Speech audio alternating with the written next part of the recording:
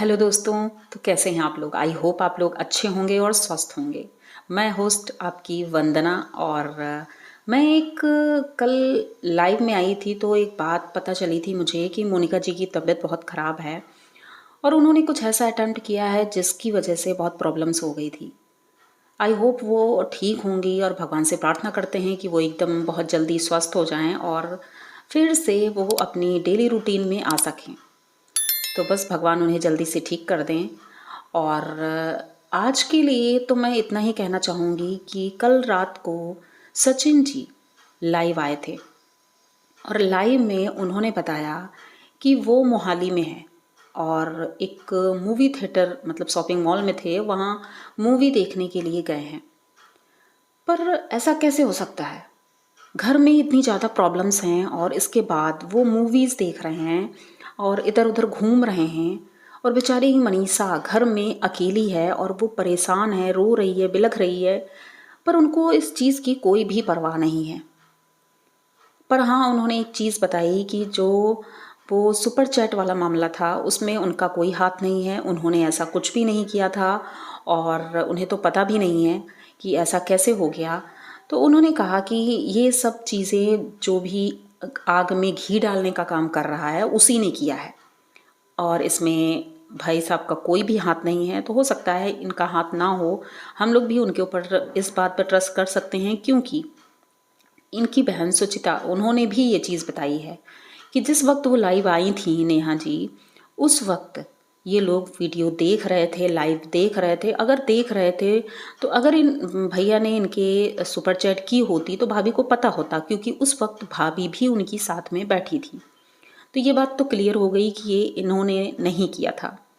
लेकिन फिर भी आप लोग सोच सकते हैं कि ये मोहाली गए हैं और तुरंत ही खबर आती है कि हमारी जगत दीदी ये भी फ्लाइट में हैं और कहीं जा रही हैं, ये पता चला है। तो ऐसा लग रहा है कि दोनों लोग एक साथ हैं और मोहाली में एक साथ एंजॉय कर रहे हैं, मूवीज़ देख रहे हैं, घूम रहे हैं, फिर रहे हैं और इधर बेचारी मनीषा घर में अकेली रो रही है। आज मनीषा का वीडियो आया, मनीषा बहुत ज़्यादा परेशान लग रही थी और आज वो हताश भी लग रही थी। मनीषा ने कहा इतना कुछ हो चुका है, मैं मेंटली बहुत ज़्यादा डिस्टर्ब हूँ और मुझे कुछ नहीं समझ में आ रहा है। लेकिन उनकी माँ ने जैसा कि बोला कि बेटा कुछ दिन मायके होकर आओ तो हो सकता है तुम्हारा मूड अच्छा हो, मतलब मनीषा की मॉम ने। तो मनीषा अपने घर जाने की तैयारी कर रही है, अपने मायके। वो कह रही है कि अगर मैं वहाँ जाऊँगी तो हो सकता है मेरा मूड कुछ ठीक हो, माहौल बदलेगा, वहाँ बच्चों से मिलेंगे, सबसे मिलेंगे तो हो सकता है अच्छा हो। और पढ़ाई का भी इनका लॉस हो रहा है तो ये सोच रही हैं कि अपना आगे के लिए कुछ सोचें। तो हम तो यही कहेंगे मनीषा जी, आप अब बिल्कुल सही सोच रही हैं क्योंकि जो इंसान सुधरना नहीं चाहता है तो उसे कोई सुधार नहीं सकता है। तो आप अपनी लाइफ क्यों ऐसे बर्बाद कर रही हो? कुछ दिनों के लिए सच में आप वहाँ जाइए और अच्छे से रहिए ताकि सब कुछ अच्छा हो सके। अब हम ये तो नहीं कह सकते हैं कि भाई साहब बदल जाएंगे, लेकिन आपकी लाइफ तो ठीक हो जाएगी क्योंकि वो तो बदलने से रहे। वो दोनों तो पहले से ही मिले जुले हैं और हम लोगों को बेवकूफ़ बना रहे हैं, मनीषा को बेवकूफ़ बना रहे हैं, पब्लिक को बेवकूफ़ बना कर रखा है। दोनों घूम रहे हैं, एंजॉय कर रहे हैं। इससे पहले भी मैसूर गए थे और चंडीगढ़ गए थे, सब जगह घूम रहे हैं और पब्लिक सोच रही है कि वो ऐसे ही गए होंगे। तो पब्लिक को बेवकूफ़ समझ रखा है कि पब्लिक जो हम बोलेंगे वो समझ जाएगी, पर ऐसा नहीं होगा। पब्लिक सब जानती है और आपकी पहले की तरह जो ये झूठ बोलने की आदत है वो अब पब्लिक पकड़ चुकी है। पब्लिक को सब पता है कि आप क्या कर रहे हैं, क्या गुल खिला रहे हैं। सब ठीक है, आपकी एक्टिविटीज़, हमने तो यही सोचा था आपकी मानसिक स्थिति ठीक नहीं है, लेकिन आप जब बाहर रहते हैं घर से, आप एकदम फ्रेश लग रहे थे, बहुत खुश लग रहे थे। और जब आप मनीषा के साथ घर में रहते हैं तो ऐसा बिहेव करते हैं जैसे आपकी तबीयत बहुत ज़्यादा ख़राब है। कहीं ना कहीं ये जगत भैया जो हैं ये इसे टॉर्चर करते रहते हैं क्योंकि पहले मनीषा शुरू शुरू में अपने जब ये केस हुआ था तो वो खुल के आई थी, जगत दीदी जी को बहुत सुनाया था, कई वीडियोस आए थे। उसके बाद से जो भी वीडियो आए वो डिलीट हो गए या फिर अब वो एकदम शांत रहती है, वो कुछ अपनी बातें ज़्यादा क्लियर नहीं बोलती है, शांत रहती है, नॉर्मल थोड़ा सा बताती है, उसके अलावा नहीं। यानी कि उसको भी टॉर्चर किया जा रहा है पहले की तरह ही, कितना भी स्ट्रांग बन जाए लेकिन वो बंदा इसे टॉर्चर करता रहता है। और शायद वो हद पार हो गई है, इसीलिए मनीषा अपने घर जाना चाहती है। अच्छा है जाए, लेकिन अब तो इन लोगों को और भी आज़ादी मिल जाएगी, क्योंकि कल की ब्लॉग आपने देखा होगा, एक नेहा जी का ब्लॉग आया है। उस ब्लॉग में वो इतना ज़्यादा खुश लग रही हैं जितना कि शायद वो पहले रहा करती थी। ऐसा लग रहा था वो पहले वाली नेहा जी है। बहुत ज़्यादा खुश थी, उन्हें बिल्कुल भी ऐसा नहीं महसूस हो रहा था कि उनके साथ ऐसा कुछ हुआ है, क्योंकि नॉर्मल ज़िंदगी में किसी के साथ अगर ऐसा कुछ हुआ होता, वो इंसान नॉर्मल तो नहीं होता इतनी जल्दी। इन्होंने मूव ऑन कर लिया इतनी जल्दी, हमें बेवकूफ़ समझा है। बेवकूफ़ समझ के आप इस तरह से बिहेव करती हैं कि कुछ भी नहीं हुआ है, जैसे अपनी कोई सफाई भी नहीं दी। मतलब गुनाहगार तो आप हैं ना, फिर भी हमें बेवकूफ़ बना रही हैं कि हम ठीक हैं, कुछ भी नहीं हुआ है, सब कुछ नॉर्मल है, नॉर्मल ब्लॉग आएंगे। नॉर्मल ब्लॉग कैसे आएंगे भाई? एक की ज़िंदगी बर्बाद की है आप लोगों ने, दोनों लोगों ने मिल के, और अब आप लोग नॉर्मल हैं। वही मनीषा ने भी बोला कि मैं इतनी ज़्यादा टेंशन में हूँ, मेरा चेहरा मुरझा गया है, लोग कह रहे हैं। और लोग, कुछ लोगों के चेहरे इतने खिल रहे हैं, तो कुछ लोगों का मतलब आप लोग समझ रहे हो ना। जगत दीदी, उनका चेहरा आज एकदम दमक रहा था, बहुत खुश लग रही थी, पर मनीषा का चेहरा मुरझाया हुआ था। मनीषा, हम तो इतना ही कहना चाहेंगे क्योंकि वो लोग तो यही चाहते ही हैं कि तुम डिप्रेशन में रहो, तुम परेशान रहो और उलझन में रहो, लेकिन तुम्हें इस तरह से नहीं रहना है। तुम्हें स्ट्रांग बनना है, स्ट्रांग बन के ही तुम्हें निकलना है। तुम्हें ये दिखाना है तुम्हें किसी की बातों पर कोई फ़र्क नहीं पड़ता है, कोई कुछ भी बोले तुम्हें कोई फ़र्क नहीं पड़ता है। तो अपनी ज़िंदगी अपने हिसाब से जियो,